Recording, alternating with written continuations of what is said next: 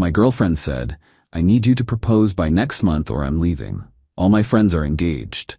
I replied, "I understand." Then I booked a romantic dinner, got down on one knee in front of everyone, and said, "I can't marry someone who gives ultimatums. Goodbye." The restaurant security footage of her meltdown went viral when I, 32 male, got an ultimatum from my girlfriend about proposing. So I got down on one knee in a crowded restaurant and dumped her instead. 2 weeks ago, Alexis, 28, cornered me after dinner. We'd been together almost 2 years, living separately, but she had a key to my place. Things were good, I thought. Maybe a bit surface level, but good. "Cameron, we need to talk." Uh-oh.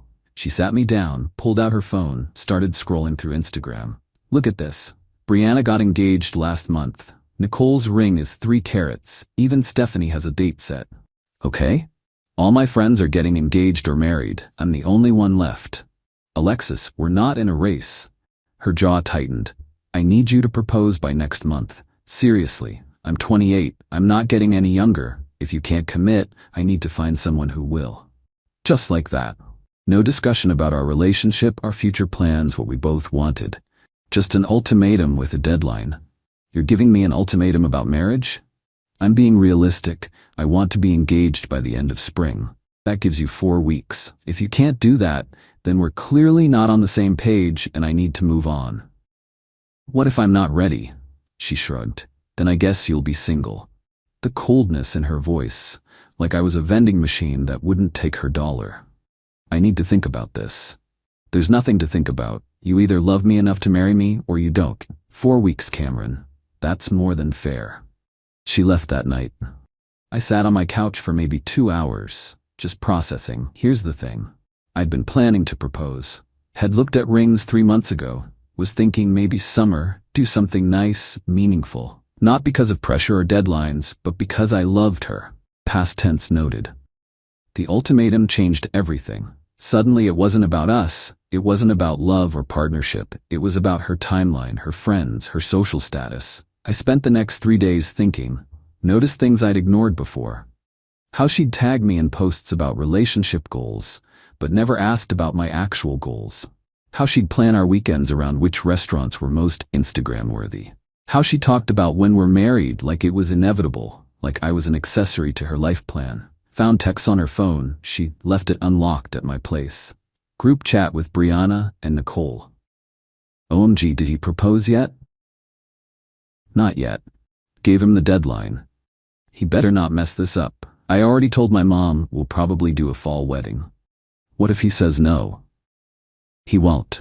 I've invested 2 years in this relationship. He owes me. Owes her.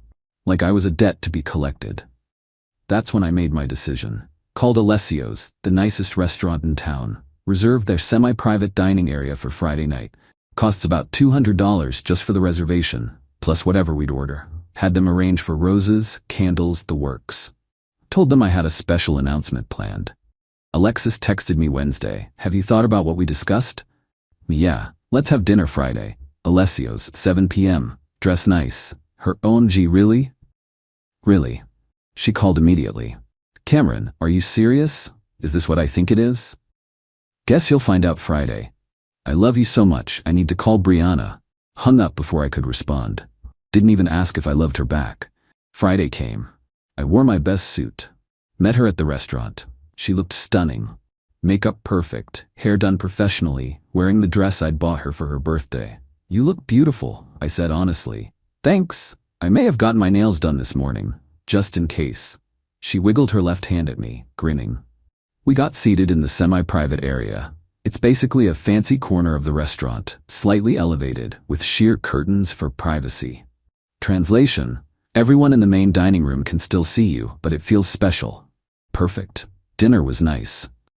She kept steering conversation toward our future. Where we'd live, how many kids, what kind of wedding venue. Never once asked what I wanted, just told me her plans and waited for me to agree. Dessert came. She was practically vibrating with anticipation. I stood up, pulled the ring box from my pocket, a $40 dummy box I'd bought at a jewelry store. They sell them for proposals where you let her pick the actual ring later. Empty box, nice velvet. The restaurant got quiet. People noticed. Phones came out. I got down on one knee. Alexis's eyes filled with tears. Her hand covered her mouth. Oh my God, oh my God. Open the box. Empty. Her smile faltered for just a second. Alexis, I said clearly, loud enough for nearby tables to hear. 2 weeks ago you gave me an ultimatum. Told me I had 4 weeks to propose or you'd leave. Her smile froze. I've spent those 2 weeks thinking. And I realized something. I don't want to marry someone who treats love like a business transaction. I don't want to marry someone who values Instagram posts over actual partnership. And I definitely don't want to marry someone who thinks I owe her a ring. Her face went white. Cameron, what? So I'm not proposing. Instead, I'm ending this relationship. Right here, right now. Goodbye, Alexis. Stood up, closed the empty box, put it back in my pocket. The restaurant was silent, maybe 40 people watching. Alexis's mouth opened and closed. No sound came out. Then, you brought me here to break up with me? You gave me an ultimatum. I'm giving you an answer. In front of all these people? Are you insane? You wanted a public proposal. This is public. She stood up, knocking her chair back. You pathetic, cowardly piece of... She caught herself, looked around at all the phones recording. Her face crumpled, then she screamed. Just screamed. Grabbed her wine glass and threw it at me. Missed, hit the curtain behind me. Glass everywhere. I wasted 2 years on you. And I wasted 2 years on someone who only cared about the wedding, not the marriage. She lunged at me. Literally lunged. The restaurant manager and a waiter caught her. Ma'am, you need to calm down. Get your hands off me. Do you know who I am?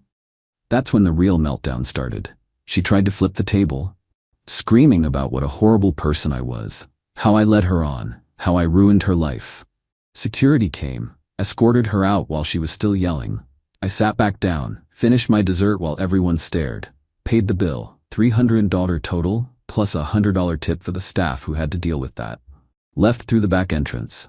Got home around 10 p.m. She'd already called me 23 times. Texts from her, her friends, even her mom. Blocked all of them. Went to bed. Update 1. The video hit Instagram by Saturday morning. Woke up to texts from my brother.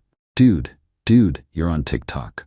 7 different angles of the breakup. The proposal speech, her throwing the glass, the security escort, all set to various trending sounds. Most comments were supportive. He dodged a bullet. Imagine giving someone an ultimatum then being shocked they leave.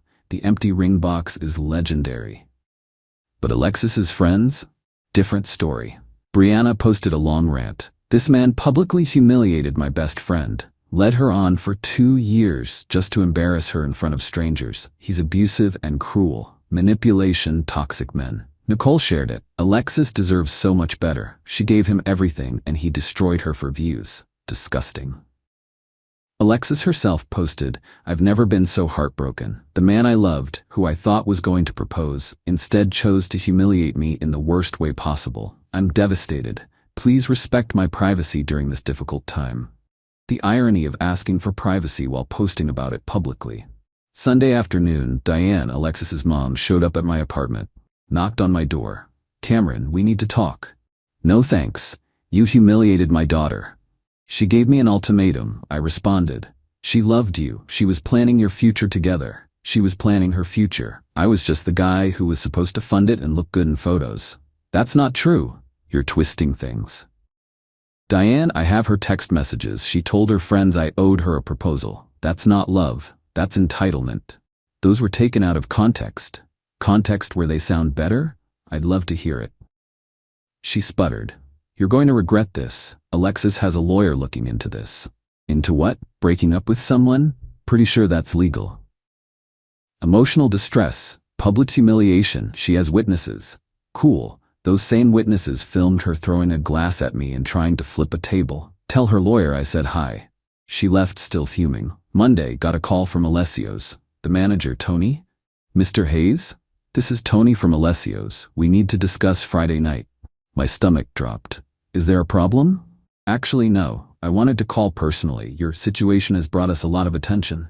Mostly positive. People calling to make reservations, asking about the breakup table. It's weird, but it's good for business. Oh, that's good? Here's the thing. Miss Alexis called us, demanded we delete our security footage, said she'd sue us for invasion of privacy if we didn't. Did you? No. The footage is ours, not hers. She was in a public establishment, no expectation of privacy, but I wanted to give you a heads up. She's threatening legal action against us too. I'm sorry you got dragged into this. Don't be. The publicity is worth it. Just watch your back. She seems determined. He wasn't wrong. Tuesday I got a letter from Hampton & Associates, attorneys at law. Certified mail. Skimmed it. Lot of legal jargon. Boiled down to: Alexis was pursuing a claim for intentional infliction of emotional distress, demanded $50,000 in damages, also wanted me to pay for therapy costs, estimated $10,000. Required I sign an NDA about the relationship and delete any photos, videos of her. Had 10 days to respond or they'd file in court. Took it to my buddy Garrett, who's a lawyer. He read it, laughed. This is hilarious. Is it? Cameron, you can't sue someone for breaking up with you, even if it's public and embarrassing. That's not how emotional distress works. She has a lawyer, though.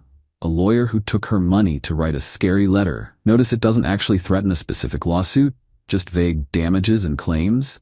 That's because they know it won't hold up. So I should ignore it? No. I'll draft a response, basically telling them to pound sand but in legal language. Might cost you $500. Do it. He sent the response Wednesday. Polite but firm, Mr. Hayes exercised his right to end a relationship. Miss Alexis's public behavior, documented by multiple witnesses, was her own choice. No damages warranted. Advised Miss Alexis to drop this matter. Thursday, Alexis showed up at my apartment again, this time with Brianna. Knocked. I opened the door chain style. Cameron, please, we need to talk. No. 5 minutes. Please. No. Brianna pushed forward. Dude, do you have any idea what you've done? She's getting death threats online. People are calling her horrible names. This is your fault. I ended a relationship. I didn't tell people to harass her. You humiliated her publicly. She humiliated herself by throwing a glass and screaming. Alexis started crying. I'm so sorry. I shouldn't have given you an ultimatum. I was just scared. Please, can we just talk about this? No, we're done. Move on. I can't move on. Everyone thinks I'm a joke. My family won't stop asking about you. I need closure. You got closure at Alessio's. Goodbye. Closed the door. Heard them outside for another 10 minutes. Eventually left. Update 2. 2 weeks after the dinner, things got worse before they got better. Alexis created a TikTok account. Started posting her side of the story. Posted tearful videos about emotional abuse. How I love-bombed her for 2 years. How I promised marriage then ripped it away. How the public breakup was premeditated cruelty. Comments were mixed. Some believed her. Some called her out. Girl, you gave him an ultimatum. What did you expect?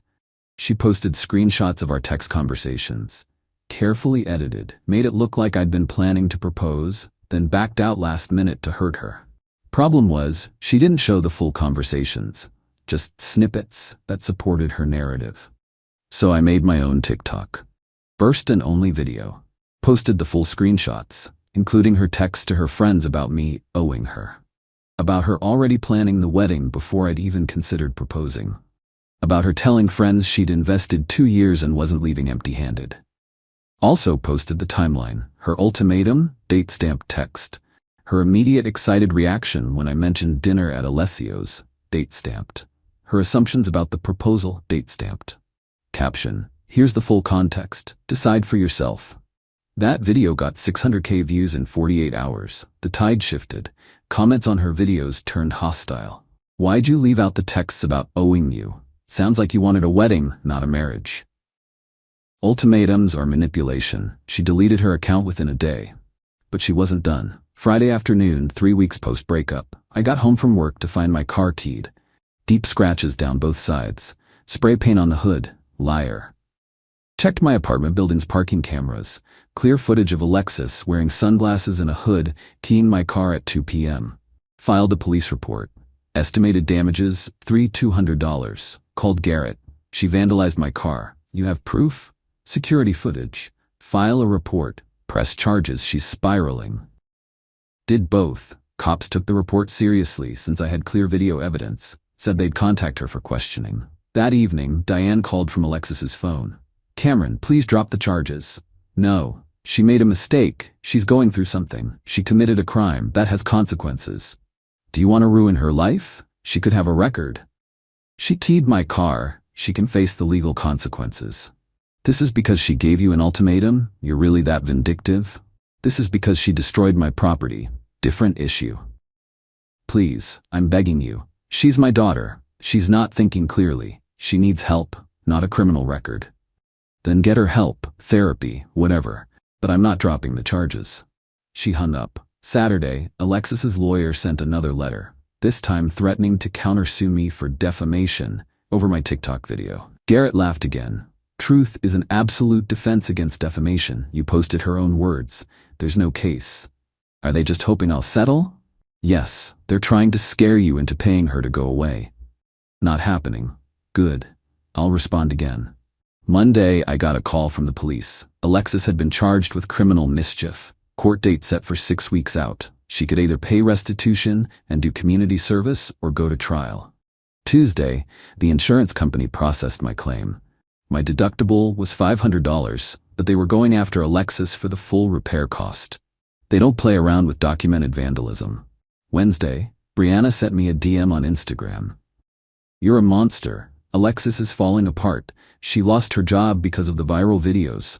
Her family is furious with her. She can barely leave her house, all because you had to be petty and public about a breakup. I hope you're happy. I didn't respond, but I did look into the lost her job claim. Alexis worked in marketing for a lifestyle brand. They'd posted a statement, "We've parted ways with Miss Alexis Fletcher effective immediately. Her personal conduct doesn't align with our company values." Brutal. But also she'd become a viral meltdown. Companies don't love that association. Thursday, exactly 4 weeks after the breakup dinner, I got a voicemail from an unknown number. Hi, this is Leslie Hartman from Channel 8 News. We're doing a story on viral relationship breakups and their impact. We'd love to interview you about your experience at Alessio's. Please call me back. Deleted it. Friday, Garrett called. Alexis's lawyer reached out. They want to settle everything. Everything? Drop the criminal charges, drop any civil suit for the car damages. You both sign NDAs and go your separate ways. They'll pay your car repairs out of pocket. And if I say no, she goes to court, likely gets convicted of criminal mischief, has to pay restitution anyway, plus legal fees. You potentially sue her in small claims for damages. Everyone spends more money and time. What do you recommend? Honestly, take the settlement. Get your car fixed, move on with your life. She's already facing consequences, lost her job, became a viral cautionary tale, damaged her reputation. Dragging this through court won't make you feel better. He was right. I didn't want revenge. I just wanted this over. Okay, draft the settlement. Smart choice. Final update. Settlement was signed 2 weeks ago. Terms. Alexis pays $3,200 for car repairs. Insurance will reimburse me $2,700 after deductible, so I actually come out $200 ahead. Criminal charges dropped with prejudice, can't be refiled. Both sign NDAs about the relationship. No more public posts, interviews, comments. No contact clause. Neither of us can contact the other for any reason. Her lawyer pays Garrett's fees, $1,800 total. Took the money, fixed my car, moved on. What happened to Alexis? Heard through mutual acquaintances. Still living with Diane and her stepdad? Job hunting, but the viral videos make it tough. Brianna and Nicole apparently distanced themselves after the car keying incident. Deleted all social media accounts. In therapy, per Diane's comments to mutual friends. What happened to me? Car looks great, better than before actually. Blocked everyone associated with Alexis. Went on a few dates, nothing serious yet. Work's been good. Got a promotion actually feel relieved to me. Here's the thing people don't get. I didn't plan the public breakup to humiliate her. I planned it because she wanted a public proposal. She wanted the performance, the audience, the social proof. So I gave her exactly that. Just not the outcome she wanted. Was it harsh? Probably. Could I have done it privately? Sure. But she'd already made our relationship a performance piece. Already turned it into a competition with her friends. Already reduced me to a role in her life script. The restaurant just made it clear that I wasn't reading from her script anymore. The viral videos, the job loss, the criminal charges, those were all her choices. I didn't throw the glass, didn't key the car, didn't post manipulated screenshots. Those were her reactions to not getting what she felt entitled to. Do I regret it? Not really. Maybe the spectacle of it a little, but not the decision. Ultimatums are poison to relationships. The moment someone says, "Do this or I leave," they've already left emotionally. They're just waiting for you to comply before they make it official. I chose not to comply. And yeah, it was messy. But it was honest. Few people asked if I feel bad about what happened to her job, her reputation, all of it. Honestly, she made those outcomes possible by her own behavior. I ended a relationship. She chose to throw things, vandalize property, lie publicly. Those weren't my choices. Hard truth. Sometimes the consequences of your actions are harsh, and sometimes you can't blame anyone else for them. 6 weeks out now. Life's good, quiet, drama-free. Exactly what I wanted when I got down on one knee and said no.